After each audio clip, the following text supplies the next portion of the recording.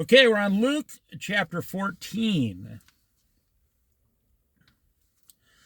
We've gotten so much out of these Bible studies. So it's pushing 6 months since I started doing these Bible studies. We got over 200 Bible studies in 6 months. I mean, probably 200 hours of Bible studies in 6 months. That's amazing. What is that, 180 days? So that's approximately 1 hour a day of Bible study. And you can see how if you did that for 6 months, it would completely change and revolutionize your entire Christian life. I mean, seriously. Christianity it's got to be an active, ongoing, daily thing. I mean, you see your wife every day, you see your kids every day, you go to work 5 days a week, you watch TV 7 days a week, you eat food over 20 times a week, for those of you who eat 2.5 times a day. And then as a Christian, how many times do we do something with Jesus? Once a week if we're lucky. That's the Christian, see? So you wonder, well, why isn't my Christian life as strong as my marriage, or my Christian life as strong as my golf game, I just drove through town here. We got 2 fancy golf courses here in town. And one's with, the casino, and it's expensive and stuff. And they have tournaments out there. And, there's guys dressed in white shirts, and they're all like 35 years old. And, the world spends about $1 billion a year on golf. It's probably 10 billion, I don't know. To put a little white ball into this hole, like 400 yards away, 150 yards away. And I'm just, me, I'm just very serious on this channel. I mean, serious about the truth. On Judgment Day, Jesus is not going to ask you what your handicap is in golf. And I'm not trying to make a joke. If you spend 30 years of your life golfing, now a lot of guys do it to make business connections, and if you spend 30 years of your life golfing and 40 years of your life making business connections, in hell, I'll just tell you real quick, in hell, you won't be really talking to each other in hell. Now, I've heard some stories about people gone to hell and were brought back to life. Now, I'm sure most of those stories are fake, or the people believe them, but they weren't real. But there are some that I truly believe are real. Because Jesus talks about Lazarus and the rich man in hell, Lazarus in heaven, the rich man in hell. And the rich man, he knew everything about his life. He could see everything over in heaven. He knew everything about everything. And there was a fountain in the middle of hell that was draining, or like a little small water fountain, like in a garden. Except no one in hell could touch it. They couldn't even put their finger on it to quench. Now, that might be the fountain of life, keeping people alive, God put it there to keep them alive for all eternity so they can't die. But nobody can touch the fountain. He said, send Lazarus down here, place his finger on the fountain, and place his finger on my tongue just to cool it off. Wow. Now, we all deserve hell, but those in Jesus will pass by the judgment. We will not be going to hell. So why would you not make Jesus your number one activity on this earth? I will never understand that about people. Okay, Luke chapter 14. One Sabbath, when Jesus went to eat in the house of a prominent Pharisee, He was being carefully watched. Oh man, talk about, have you ever been a new employee at a job? But it's not a real big job like a factory, so it's just like less than 25 people, and every single person there is looking at you because they're thinking, that guy got the job I wanted. I'll tell you a quick story. One time I was the bus boy. This is a true story. I was the bus boy at a job, and I went from bus boy to restaurant manager. I was the number one person in charge. How do you think people felt about that? I had these old waitresses come up to me and they were cussing at me using the F word. They said, we're never going to listen to you. You're not our boss. We don't care. You're so young and stupid. There's nothing you could tell us.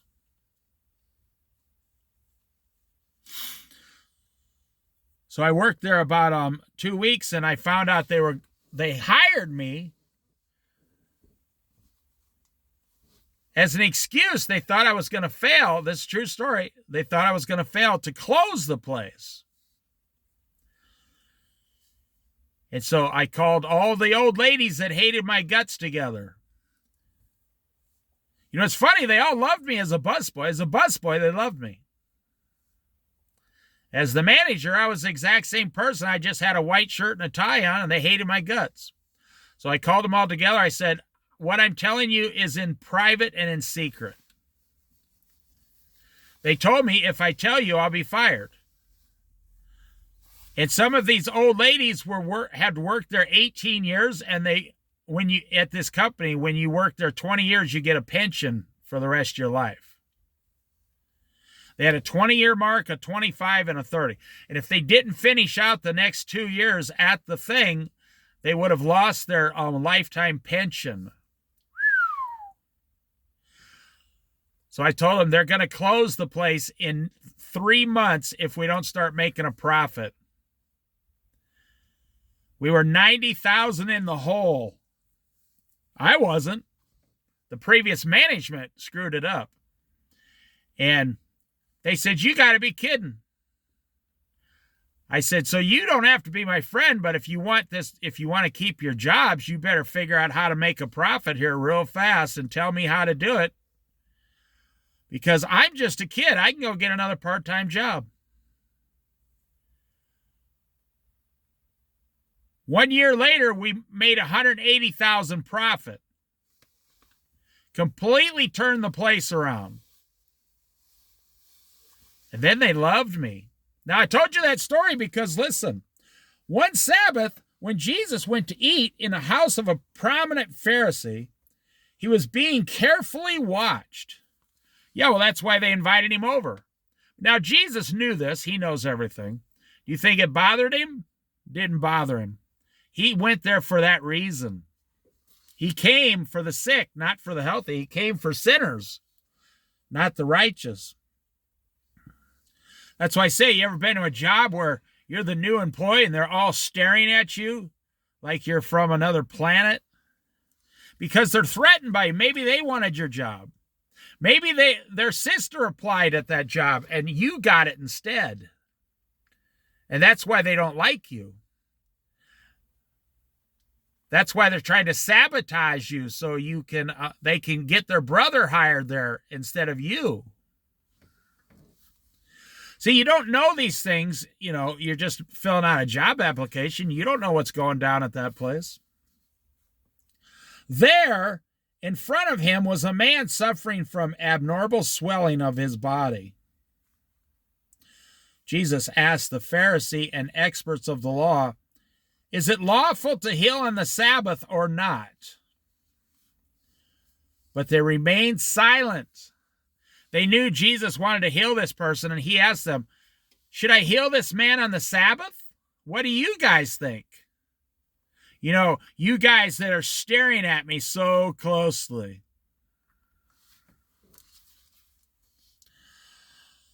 But they remained silent. You see right there, their stubborn hearts. That's why they weren't saved. They dug in their heels, so to speak. They don't, no. We want to do things our way. And I will tell you this as a Christian. I know a few Christians like this. If you are stubborn and want to do it your way, you've been living a very long, hard life, haven't you? And it hasn't been working as well as you want it to. Because you, whether you know it or not, you are in a battle with God himself, your Father. The world is not your enemy. God is your enemy. You say, well, no, I'm a Christian. That's not what I'm talking about. Your parent, you could be the child of your parents on earth, and they love you dearly, but if you come against them, they become your enemy. They will come against you. Your parents will come against you to teach you the right thing. God, if you keep being stubborn, God is against you. He's going to win your private battle with him. You say, I'm not in a private battle with God. I'm in a battle with the world. No, you're in a battle with God because God told you, stand still, don't do anything. I will take care of everything for you. Stand still, be still, and know that I am God. And you refuse to do that. You refuse to let God fix the situation because, we all know that you are way more qualified than God. Is it lawful to heal on the Sabbath or not? But they remained silent. So taking a hold of the man, he healed him and sent him on his way. Then they asked him, Jesus, asked them, if one of you has a child or an ox that falls into a well, a water well, on the Sabbath day, will you not immediately pull it out? Yeah, if your child was at the lake drowning, but it was the Sabbath, you'd still save your child. Well, in today's society, we have like Seventh-day Adventists. They say you can't even buy groceries or nothing. You can't ever cause anybody to work. The Jehovah's Witnesses say that, and the Mormons are supposed to say it. The Catholics are supposed to say it, but they don't say it. And it's all hypocrisy because don't they have electricity running to their house that day? Did they shut off their electricity and their water? They say, no, we don't cause anybody to work.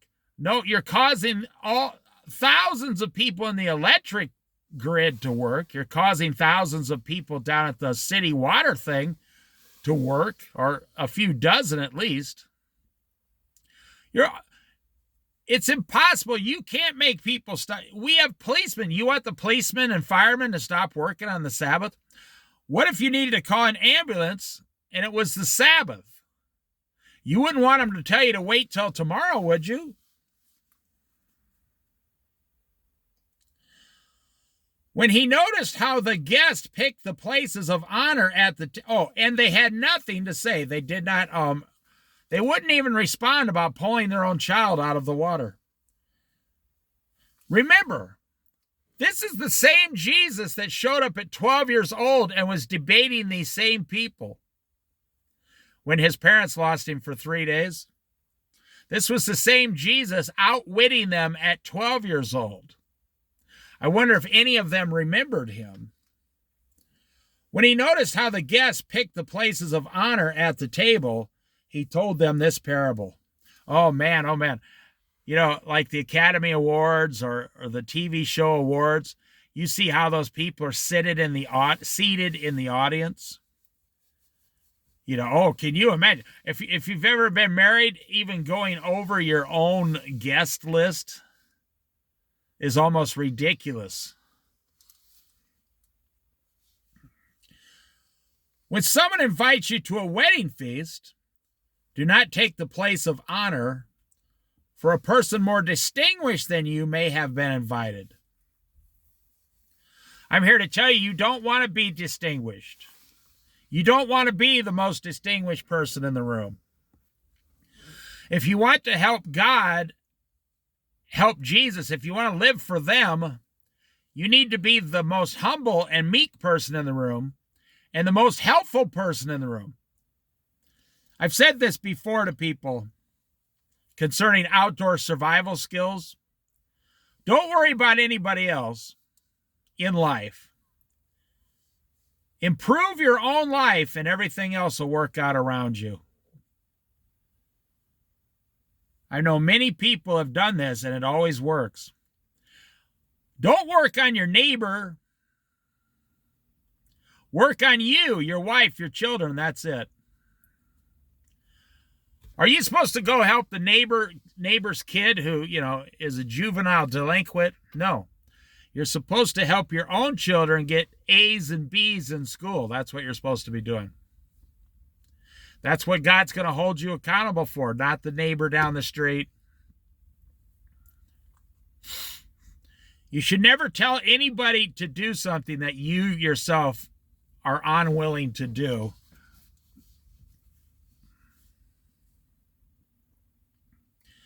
Do not be or take the most distinguished place, or someone more distinguished than you will show up. If so, the host who invited both of you will come and say to you, "Give this person your seat." Then you will be humiliated. You will have to take the least important place because it'll be the only place available, see? But when you are invited, take the lowest place so that when your host comes, he will say to you, "Friend, move up to a better place."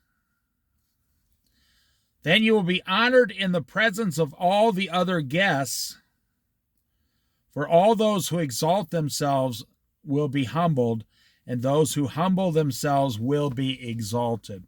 Okay, let's talk about that. The word exalted, lifted up. This is a parable that's not actually about earth. This parable has nothing to do with going to a wedding or earth or anything. Now, Jesus used that example just to teach them. But this is talking about God exalting you. Listen. For all those believers who exalt themselves will be humbled. What was the devil? He tried to exalt himself above the Lord and become God. And he was humbled when he was cast out of heaven. Although he probably doesn't have any humility now. But if you try to become more important than everybody, I guarantee God is going to say, "I need to humble you. You're trying to climb the ladder too fast. You're trying to exalt yourself too fast. God, will decide who gets lifted up and who doesn't." So, but the good news is,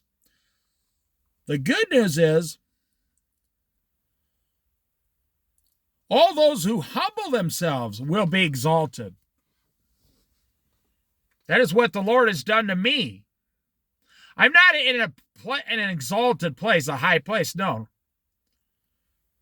But the place I'm in, I used to be way lower than I was now. I'm not trying to make myself out to sound like some martyr or something. I'm saying I grew up in very, very humble circumstances. My next door neighbor had a 450-pound grandma, and when they washed their clothes, they had one of those old clothes washers, the kind you put outside, the big white tubs that just went yink, yink, yink, yink, yink, and they had to put the clothes on a clothesline. 1970, 72, 3, 4, 5, 6, all the way up to 1980, my next door neighbor kid, my best friend, never used a washer or a dryer. He's never seen one. Yeah, I've seen poverty, but we didn't think of it as poverty back then. I asked him once, he says, "I got to wash clothes." I said, "You want to go shoot our BB guns?" He said, I got to wash the clothes. I said, how long does that take? He said, about 5 or 6 hours. Now, I grew up with great parents, good land, a tractor, a house, a garage, horses. Yes, chickens once, big garden.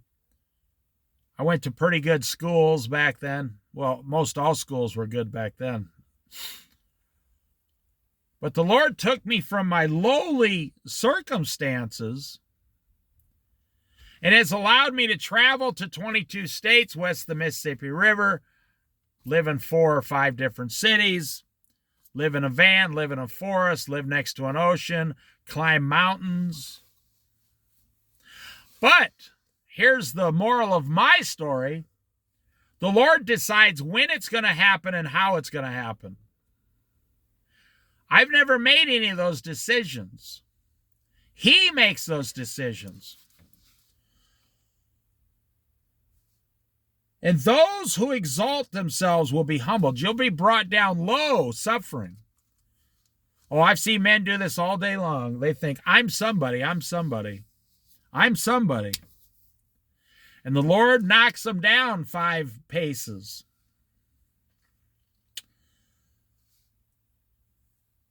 And those who humble themselves, the Lord will lift up and exalt. That's the moral of the story. It has nothing to do with the earthly wedding banquet. This is a man, a person. How are you as a man? Do you walk into a room? How do you enter a room? I'm more important than most of the people here. I better get a damn good seat at the table. They better put me next to those drumsticks or I'm going to be, those chicken wings, I'm going to be upset. That's why comedians today are basically stupid. Today's comedians, all they do is cuss, exalt themselves, get millions of dollars for cursing and saying filthy things. One day at Judgment Day, they're going to be humbled. They're going to say, what are you talking about? I have millions of dollars in the bank. I'm somebody important. I just spent 35 years at all the best seats at every table I go to. I'm always the guest of honor. And the Lord says, here in heaven, the widow and the poor orphan is the guest of honor. The poor person is the guest of honor in heaven. If you don't get that lesson, you're screwed. You better get that lesson in you, or you're going to be screwed in life. At the end, you ever wonder why you can't go past a certain place? Now, for me personally, the Lord will not let me go above a certain spot. There's a verse in the Bible, in Proverbs, I think. The man prays, Lord, don't give me too much in life or I will forget the Lord and dishonor the Lord by forgetting who he is, because you'll just be thinking about yourself being exalted. And don't give me too little in life, or I may steal something and dishonor my Lord's name. Give me just enough. Well, the Lord's always given me just enough plus more, a little bit more. He's always allowed me to do all these things. But it's very clear he's the one doing them. I'm not. He's in charge of the scheduling and everything. Then Jesus said to his host, when you give a luncheon or dinner, which he's doing now, the host has invited Jesus to eat, do not invite your friends, your brothers or sisters, your relatives, or your rich neighbors. If you do, they may invite you back so that you will be repaid. This is profound, so listen. But when you give a banquet, invite the poor, the crippled, the lame, the blind, and you will be blessed. Although they cannot repay you, now hang on, you will be repaid at the resurrection of the righteous. That's the rapture. Now, did you know that God in heaven keeps a ledger of every single person of what you get paid and don't get. And I'm not saying he writes it down. No. God says, okay, today Dave got 10 hours work. And they paid him for 10 hours work, so it's even. Okay, today Dave gave his friend a birthday cake for his birthday, and then his friend came back with the birthday cake and gave Dave one, so they're even. But Jesus says right there, if you give to people who cannot repay you back, they cannot pay you back, then something mysterious happens in heaven with God. He says, Dave gave X amount of, time, money, dollars, whatever. And nobody has repaid him back. So God keeps track of all those things you didn't get paid for. And he says, I will pay him back at the resurrection, or I will pay him back on some things on earth. I had a man, I don't know what the amount of money was. It was like, this has happened more than once in my life. Someone cheated me out of like $50 or $100 or something.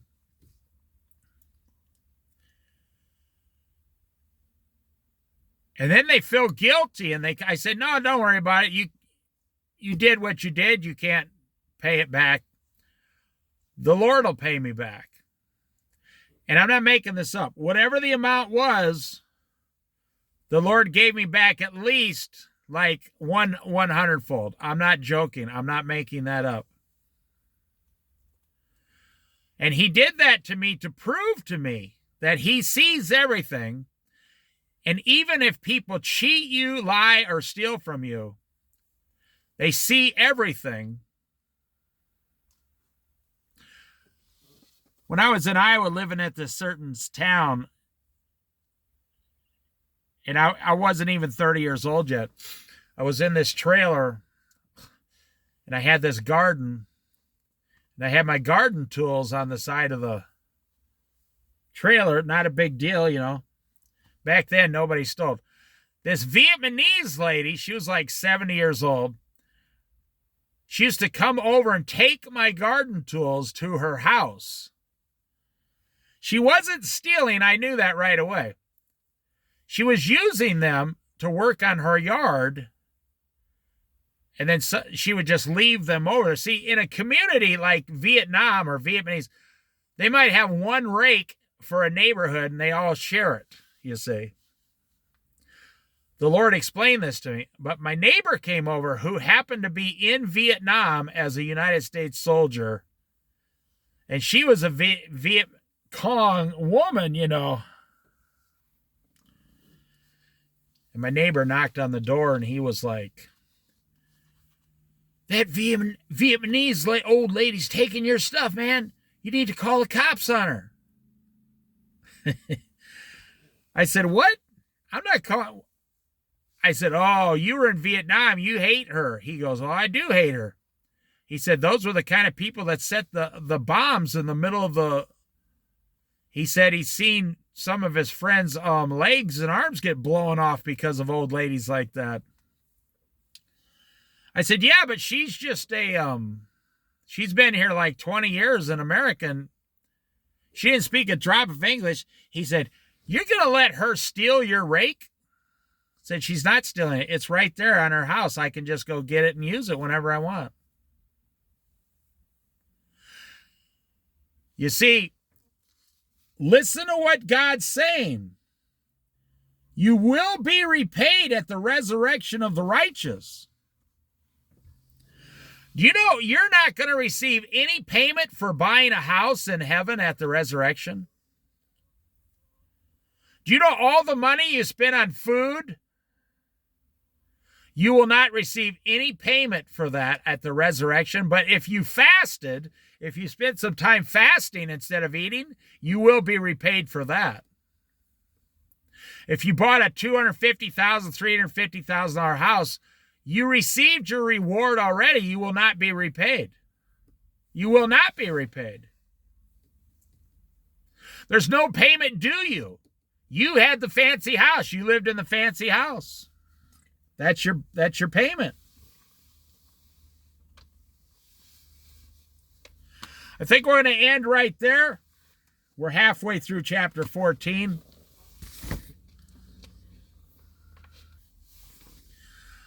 We don't think like God thinks. Not at all. We do not think like God thinks. We need to train ourselves to think like Jesus Christ thinks. Jesus Christ is not just your God, your Lord, your Savior. He should be your teacher, your trainer, your mentor, your business partner. I will end with this. I have been in situations before,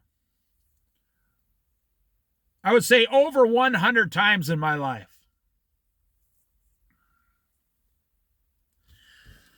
And nobody could figure out a certain situation, right?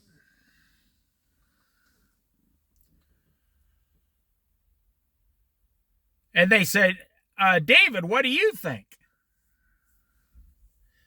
And I knew the Lord gave me the answer already. I already knew I received the answer from Jesus. In my mind, he told me the answer. Now, I didn't have the answer. I wasn't smart enough to figure out the situation. I really didn't have a solution. And I said, well, I would do this. And everybody stopped at the business and was like, huh?